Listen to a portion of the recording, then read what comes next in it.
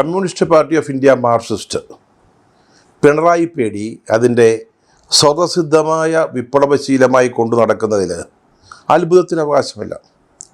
അതിൻ്റെ സംസ്ഥാന സെക്രട്ടേറിയറ്റ് അംഗങ്ങൾ, സ്റ്റേറ്റ് കമ്മിറ്റി അംഗങ്ങൾ, ഇവർക്കൊക്കെ പിണറായി പേടി അവരുടെ കൂടെയുള്ളതാണ്. അതിനവരെ കുറ്റം പറഞ്ഞിട്ട് കാര്യമില്ല. അത് അവരുടെ ശീലമാണ്. ആ ശീലത്തിൽ വളർന്നു വന്നവരാണ് ഇപ്പോൾ സെക്രട്ടേറിയറ്റിലും സംസ്ഥാന കമ്മിറ്റിയിലുമൊക്കെ ഉള്ളത്. ഇനി നമ്മുടെ ദേശീയ ജനറൽ സെക്രട്ടറി അഖിലേന്ത്യൻ ബേബി സഖാവ്, അദ്ദേഹത്തിൻ്റെ കാര്യം എടുത്താലും സംഗതി അത് തന്നെയാണ്. ഒരു പരിധി വരെ അദ്ദേഹം ഈ പിണറായി പേടിയിലാണ് വളർന്നതും വികാസം പ്രാപിച്ചതും ദേശീയ ജനറൽ സെക്രട്ടറി ആയതും ഒക്കെ. അതായത് അദ്ദേഹത്തിൻ്റെ കൂടെ അനുമതിയോടുകൂടിയാണ്, അല്ലെ അദ്ദേഹം സമ്മതിച്ചത് കൊണ്ടാണ് ബേബി സഖാവ് അഖിലേന്ത്യാ ജനറൽ സെക്രട്ടറി ആയത് എന്നാണ് ഈ പറഞ്ഞതിൻ്റെ ചുരുക്കം. അപ്പോൾ ഇവരൊക്കെ പിണറായി പേടിയിൽ അഭിരമിക്കുന്നതിൽ, അല്ലെങ്കിൽ പിണറായിയെ കാണുമ്പോൾ കവാത്ത് മറക്കുകയും മുട്ടിടിക്കുകയും ചെയ്യുന്നതിൽ അത്ഭുതത്തിന് അവകാശമില്ല. അത് നമ്മൾ കഴിഞ്ഞ 10 വർഷമായിട്ട് കണ്ടുകൊണ്ടിരിക്കുന്ന ഒരു പ്രതിഭാസമാണ്. പക്ഷേ ഈ പാർട്ടിയുടെ അഖിലേന്ത്യാ ഘടകം, അതിൻ്റെ PB ഈ കഴിഞ്ഞ നിയമസഭാ തെരഞ്ഞെടുപ്പിൽ CPM-നും LDF-നും ഉണ്ടായ വലിയ പരാജയം, വമ്പൻ പരാജയം, അതിൻ്റെ ഉത്തരവാദിത്വത്തിൽ നിന്ന് പിണറായി വിജയനെ ഒഴിച്ചു നിർത്തുന്നത് കാണുമ്പോൾ, അദ്ദേഹത്തെ വെള്ളയടിക്കുന്നത് കാണുമ്പോൾ എന്താ പറയുക? ആലോചിച്ച് നോക്കിയേ. PBയും പിണറായി പേടിയുടെ നിഴലിലാണ്, അല്ലെങ്കിൽ പിടിയിലാണ്. നിഴലിലല്ല, പിടിയിലാണ്. ഇപ്പോഴും പാർട്ടിയെയും ആ പാർട്ടി നയിക്കുന്ന മുന്നണിയെയും ഏതാണ്ട് ഇല്ലായ്മ ചെയ്തതിന് ശേഷവും അതിൻ്റെ ഉത്തരവാദിയായ, ഏക ഉത്തരവാദിയായ പിണറായി വിജയനെ പിന്തുണയ്ക്കുന്നു. അല്ലെങ്കിൽ ഈ പരാജയത്തിൽ അദ്ദേഹത്തിന് യാതൊരു പങ്കുമില്ല എന്ന് പറയുന്നു. അത് പാർട്ടിയുടെ കൂട്ടായ നേതൃത്വത്തിൻ്റെ ഉത്തരവാദിത്വമാണെന്ന് പറഞ്ഞ് ഒഴിയുന്നു. ആലോചിച്ച് നോക്കി. തുടക്കത്തിലെ ഒരു കാര്യം പറയട്ടെ. ഈ തെരഞ്ഞെടുപ്പിലെ പരാജയം, വമ്പൻ പരാജയം, വെറും 35 സീറ്റിൽ LDF ഒടുങ്ങിപ്പോയത് അത് ഈ പാർട്ടിയുടെ നേതൃത്വത്തിൻ്റെ കണ്ണു തുറപ്പിക്കുമെന്നും കഴിഞ്ഞ 10 വർഷമായി ചെയ്തുകൊണ്ടിരിക്കുന്ന തെറ്റുകൾ തിരുത്തുമെന്നും അതിൻ്റെ കോർപ്പറേറ്റ് വൽക്കരണം അവസാനിപ്പിക്കുമെന്നും അതിൻ്റെ ചെങ്ങാത്ത മുതലാളിത്ത സ്വഭാവത്തിൽ നിന്ന് വിട്ടുനിൽക്കുമെന്നും അങ്ങനെ അത് പഴയതുപോലെ ഒരു കമ്മ്യൂണിസ്റ്റ് പാർട്ടിയായി പരിണമിക്കുമെന്നും അങ്ങനെ കേരളത്തിലെ ജനങ്ങളുടെ വിശ്വാസം ആർജിക്കുമെന്നും ഏതെങ്കിലും ഒരു അണി, ഒരു പ്രവർത്തകൻ, സഹയാത്രികൻ ആശിച്ചിട്ടുണ്ടെങ്കിൽ, സ്വപ്നം കണ്ടിട്ടുണ്ടെങ്കിൽ, പ്രതീക്ഷിച്ചിട്ടുണ്ടെങ്കിൽ അത് അബദ്ധമായി പോയെന്നാണ് ഈ PBയുടെ നിലപാട് തെളിയിക്കുന്നത്. തുടക്കത്തിലേ അത് പറഞ്ഞെന്നേ ഉള്ളൂ. തോൽവിയുടെ ഉത്തരവാദിത്വം പിണറായിക്ക് മാത്രമല്ലെന്നും അക്കാര്യത്തിൽ അദ്ദേഹത്തെ മാത്രം പഴിക്കേണ്ടതില്ലെന്നുമാണ് പോളിറ്റ് ബ്യൂറോ ചർച്ചകളുടെ തീരുമാനം എന്ന നിലയിൽ ബേബി പിന്നീട് പറഞ്ഞത്, മാധ്യമപ്രവർത്തകരോട് പറഞ്ഞത്. പിണറായിക്കല്ല കുറ്റം, അദ്ദേഹമല്ല തെറ്റു ചെയ്തത്, പാർട്ടിയാണ്. അതാണ്. എന്തോ ഒരു സൗമനസ്യമാണ് ബേബിയുടേത്, അല്ലെങ്കിൽ പോളിറ്റ് ബ്യൂറോയുടേത്. ഒരു വ്യക്തിക്ക് പറ്റിയ തെറ്റ്, അല്ലെങ്കിൽ അദ്ദേഹത്തിൻ്റെ ഭാഗത്തുനിന്നുണ്ടായ വീഴ്ചകൾ, അതൊരു മുന്നണിയെയും പാർട്ടിയെയും ഒക്കെ വലിയ പരാജയത്തിൻ്റെ പടുകുഴിയിലേക്ക് വലിച്ചെറിയുമ്പോഴും അദ്ദേഹത്തോടുള്ള സ്നേഹം നിലനിർത്തിക്കൊണ്ട് പാർട്ടി പറയുകയാണ്, തെറ്റുപറ്റിയത് അങ്ങയ്ക്കല്ല, ഞങ്ങൾ പാർട്ടിക്കാണ്. ഇത് പാർട്ടിയുടെ കൂട്ടുത്തരവാദിത്വമാണ് ഈ പരാജയം. എന്തൊരു നേതൃസ്നേഹമാണ്, എന്തൊരു സൗമനസ്യമാണ്. കമ്മ്യൂണിസ്റ്റ് പാർട്ടികളിൽ കാണാൻ പറ്റാത്ത ഒരു ഗുണമാണ്, നേതൃഗുണമാണിത്. ആലോചിച്ച് നോക്ക്. സാധാരണ ഒരു തെരഞ്ഞെടുപ്പ് കഴിയുമ്പോൾ പരാജയം സംഭവിച്ചാൽ ജനാധിപത്യ പാർട്ടികൾ അതിൻ്റെ ഉത്തരവാദിത്വം ഏറ്റെടുക്കും. ചില നേതാക്കൾ പറയുന്നത് എൻ്റെ കുറ്റമാണ്, എനിക്ക് പറ്റിയ പിഴവാണ്, അത് ഞാൻ ഏറ്റെടുക്കുന്നു എന്ന് ചില നേതാക്കൾ പറയും.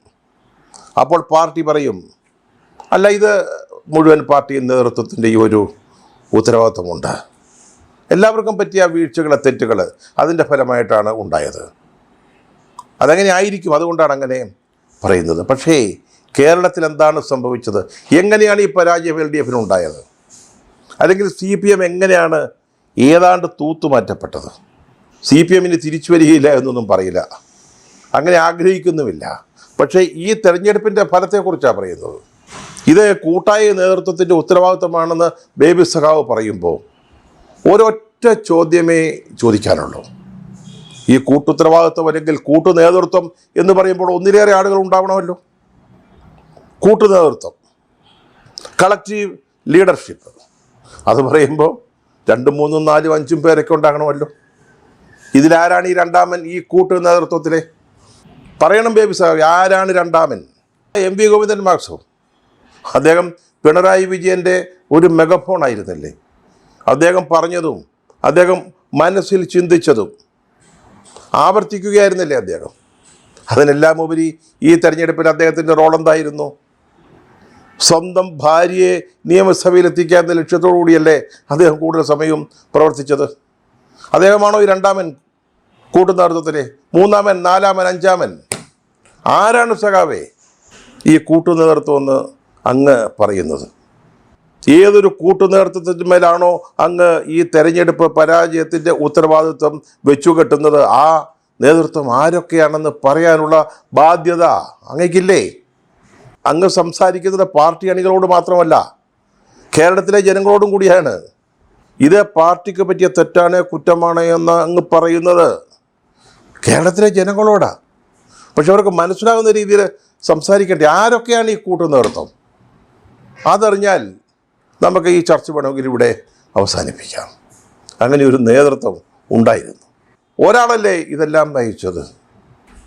ആകാശത്ത് ഉയർന്നു നിന്നിരുന്ന ഹോർഡിങ്ങുകളിൽ ബേബി സഖാവേ അങ്ങയുടെ ചിത്രം ഉണ്ടായിരുന്നോ? ദേശീയ ജനറൽ സെക്രട്ടറി, ഒറ്റ ഒരാളുടെ ചിത്രം. കാരണഭൂതർ, എല്ലാറ്റിൻ്റെയും കാരണഭൂതർ മറ്റാരും ഉണ്ടായിരുന്നില്ല. ഒരു കൂട്ടുത്തരവാദിത്വവും കൂട്ടുനേതൃത്വവും നമ്മൾ ഈ പ്രചാരണ രംഗത്ത് കണ്ടില്ല. എല്ലാം ഒരാളിലേക്ക് കേന്ദ്രീകരിക്കുകയായിരുന്നു, പിണറായി വിജയൻ. അപ്പോൾ സ്വാഭാവികമായിട്ടും ഇതിൻ്റെ ഉത്തരവാദിത്വമാരാണ് ഏറ്റെടുക്കേണ്ടത്. ഈ ധിക്കാരം, ധാർഷ്ട്യം, അഹങ്കാരം, ധൂർത്ത് ഇതൊക്കെ ആരുടേതായിരുന്നു? മറ്റേതെങ്കിലും ഒരു നേതാവ് കടക്കൂപുറത്തെന്ന് പറഞ്ഞോ? ആലോചിച്ച് നോക്ക്. വീട്ടിൽ ചെന്ന് പറയാൻ പറഞ്ഞോ? ഇല്ലല്ലോ. ഈ മാതിരി കമൻ്റ് ഒന്നും വേണ്ട എന്ന് പരസ്യമായിട്ട് പറഞ്ഞോ? ഇതൊക്കെ ചെറിയ കാര്യങ്ങളാണ്. ധാർഷ്ട്യത്തിന് ചില ഉദാഹരണങ്ങൾ പറഞ്ഞതേ ഉള്ളൂ. അതിൽ പോലും പിണറായിക്ക് പങ്കുകാരനായിട്ട് മറ്റൊരാളില്ല കേട്ടോ. പിന്നെ എന്തുകൊണ്ടാണ് അങ്ങ് ഈ പാർട്ടിയുടെ കൂട്ടുത്തരവാദിത്വത്തെപ്പറ്റി സംസാരിക്കുന്നത്? ബേബി സഖാവ് പറഞ്ഞ മറ്റു 2 കാര്യങ്ങളുണ്ട്. ഇത് അപ്രതീക്ഷിതമായിരുന്നുവെന്ന്, ഞെട്ടിച്ചോന്ന്. എങ്ങനെയാണ് സഖാവ് ഇത് അപ്രതീക്ഷിതമായത്? കേരളത്തിലെ ജനങ്ങൾക്ക് മുഴുവൻ അറിയാമായിരുന്നു ഇതാ സംഭവിക്കാൻ പോകുന്നതെന്ന്. നിങ്ങൾ പരാജയപ്പെടാൻ പോവുകയാണെന്ന് എല്ലാവർക്കും അറിയാമായിരുന്നു. എന്നിട്ടും അങ്ങ് പറയുകയാണ് ഇത് അപ്രതീക്ഷിതമായിരുന്നു എന്ന്. ഞെട്ടിച്ചുവെന്ന്. ഞെട്ടാൻ ഇത് സുനാമി ആയിരുന്നു. തെരഞ്ഞെടുപ്പ് പോലെ ഒരു സുനാമി ആയിരുന്നു, അല്ലെങ്കിൽ UDFൻ്റെ നേട്ടം ഒരു സുനാമി ആയിരുന്നു. പക്ഷേ ഇത് അപ്രതീക്ഷിതമായിട്ട് സംഭവിച്ച സുനാമി അല്ലല്ലോ. ആരും പ്രതീക്ഷിക്കാതെ വന്ന ഒരു മേഘവിസ്ഫോടനമോ അല്ലെങ്കിൽ ചക്രവാത ചുഴിയൊന്നും ആയിരുന്നില്ലല്ലോ. എല്ലാവരും പ്രതീക്ഷിച്ചതാണ് സഖാവേ. നിങ്ങളും പ്രതീക്ഷിച്ചതാ. നിങ്ങൾക്കും അറിയാമായിരുന്നു ഇതിനപ്പുറത്ത് ഒന്നും നടക്കാൻ പോകുന്നില്ല എന്ന്.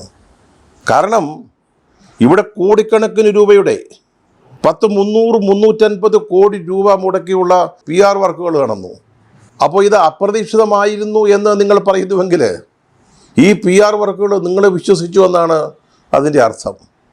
കേരളത്തിലെ ജനങ്ങൾക്ക് തരിമ്പും വിശ്വാസമില്ലാതെ പോയ ഈ പ്രതിച്ഛായ നിർമ്മാണത്തിലും വ്യാജ അവകാശവാദ നിർമ്മിതിയിലും PR വർക്കിലും കേരളത്തിലെ ജനങ്ങൾക്ക് ഉണ്ടായില്ലെങ്കിലും നിങ്ങളത് വിശ്വസിച്ചു എന്നാണ് ഇതിൽ നിന്ന് മനസ്സിലാക്കേണ്ടത്.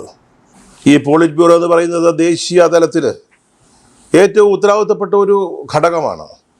നിങ്ങൾ എന്ത് മനസ്സിലാക്കിയിട്ടാണ് ഈ തെരഞ്ഞെടുപ്പ് പരാജയത്തെപ്പറ്റി ചർച്ച നടത്തുകയും ഇതുപോലൊരു നിഗമനത്തിലെത്തുകയും ചെയ്തത്? നിങ്ങളാരും യാഥാർത്ഥ്യങ്ങൾ അറിയുന്നില്ലേ? അതോ നിങ്ങളൊക്കെ തെറ്റിദ്ധരിക്കപ്പെട്ടിരിക്കുകയാണോ? നിങ്ങളിൽ പലരും ഇവിടെ തെരഞ്ഞെടുപ്പ് പ്രചാരണത്തിന് വന്നതാണല്ലോ.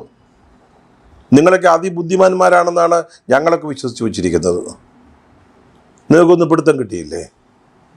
ഇനി മനസ്സിലാക്കിയിട്ടും ഇതുപോലെയുള്ള അഭിപ്രായങ്ങൾ പറയുന്നു എന്നതാണ് വസ്തുതയെങ്കിൽ നിങ്ങൾ എന്തിനാണ്, ആരെയാണ് പേടിക്കുന്നത്? നിങ്ങളിനി എന്തിനാണ് പിണറായി വിജയനെ ഭയപ്പെടുന്നത്? എന്തുകൊണ്ട് നിങ്ങൾക്ക് എഴുന്നേറ്റു എന്ന് സത്യത്തിന് വേണ്ടി സംസാരിച്ചുകൂടാ? കനൽ ഒരു തരി മതിയെന്നൊക്കെ ഇവിടെ ഈ ഫേസ്ബുക്കിൽ ചില വിപ്ലവകാരികളൊക്കെ പറയും. ഏകതരിയായിരുന്നു കേരളത്തിലെ അതിങ്ങനെ നഷ്ടപ്പെട്ടു പോകുമ്പോഴേ കൺമുമ്പിൽ ഒലിച്ചു പോകുമ്പോൾ പോളിറ്റ് ബ്യൂറോയ്ക്ക് ഇതേക്കുറിച്ചൊന്നും പറയാനില്ലേ? വസ്തുതാപരമായിട്ട് ചർച്ച ചെയ്യാനില്ലേ? ഇതിൻ്റെ ഉത്തരവാദിത്വം ആരാണെന്ന് കണ്ടെത്താനും പറയാനുള്ളൊരു ബാധ്യത നിങ്ങൾക്കില്ലേ? അതോ പിണറായി വിജയനും MA ബേബിയും പറയുന്നതനുസരിച്ച് അതങ്ങ് വിശ്വസിക്കുക, അതാണോ നിങ്ങളുടെ ഉത്തരവാദിത്വം? ഇനി കേന്ദ്ര കമ്മിറ്റി എന്താണ് പറയുക എന്നറിയില്ല. അവർക്കും ഈ പേടിയായിരിക്കും. കാരണം PBക്ക് പേടിയാണെങ്കിൽ സാധാരണഗതിയിൽ CCയും പേടിക്കുമല്ലോ. ഉടനെ കൂടും. അപ്പോൾ നമുക്ക് കാണാം യാഥാർത്ഥ്യ ബോധത്തോടു കൂടിയുള്ളൊരു ചർച്ച അല്ലെങ്കിൽ പരിശോധന, ആത്മപരിശോധന ഉണ്ടാകുമോ? ഈ പാർട്ടിയെ, കേരളത്തിലെ പാർട്ടിയെ രക്ഷിക്കാനാവശ്യമായ നിഗമനങ്ങളിലേക്ക് ഈ പാർട്ടി എത്തുമോ? പിണറായി വിജയൻ വളരെ ഹാപ്പിയാണ്. കേരളത്തിൽ അദ്ദേഹത്തിന് പരിക്ക് പറ്റിയില്ല, കേന്ദ്രത്തിലും പരിക്ക് പറ്റുന്നില്ല. PBയും അദ്ദേഹത്തെ എൻഡോഴ്സ് ചെയ്യുകയാണ്. തനിക്ക് പറ്റിയ വീഴ്ചകൾക്ക് ഒരു പാർട്ടിയും ആ പാർട്ടി നയിക്കുന്ന മുന്നണിയും സമാനതകളില്ലാത്ത പരാജയത്തെ നേരിടുമ്പോൾ പാർട്ടി അതിൽ അദ്ദേഹത്തിനുള്ള ഉത്തരവാദിത്തങ്ങൾ മറച്ചുവെച്ച് അദ്ദേഹത്തെ വെള്ളപൂശുമ്പോൾ അദ്ദേഹം ഹാപ്പിയാണ്, ഡബിൾ ഹാപ്പിയാണ്.